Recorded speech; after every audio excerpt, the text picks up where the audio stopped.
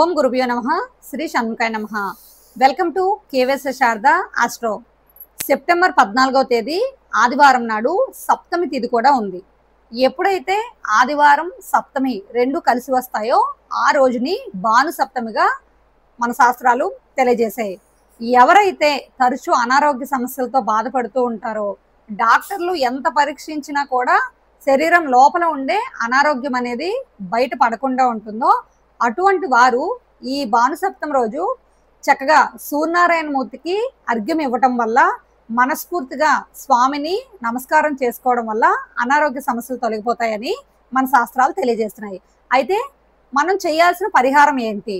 ఉదయాన్నే లేచి చక్కగా స్నానం చేసి దగ్గరలో ఉండే సూర్యదేవాలయానికి కానీ నవగ్రహాలయానికి కానీ వెళ్ళి సూర్యనారాయణ మూర్తికి అభిషేకాలు చేయించుకోవటం ద్వారా కేజింపావు గోధుమలని అక్కడ ఉండే అయ్యవారికి దానం ఇవ్వటం వల్ల అనారోగ్య సమస్యలు అనేవి తొలగి చక్కటి ఆయురారోగ్యాలు వృద్ధి చెందుతాయి.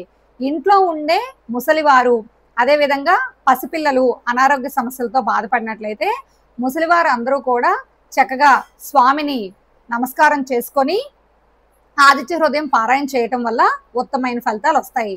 పసిపిల్లలకి అనారోగ్య సమస్యలు ఉన్నట్లయితే ఈ భానుసప్తమి రోజు తల్లిదండ్రులు ఆ పిల్లలని ఒళ్ళో కూర్చోబెట్టుకొని మీరు ఆదిత్య హృదయాన్ని పఠించడం వల్ల, ఆ పిల్లలు దాన్ని వినటం వల్ల పిల్లలకి అనారోగ్య సమస్యలు అనేవి తొలగిపోతాయి.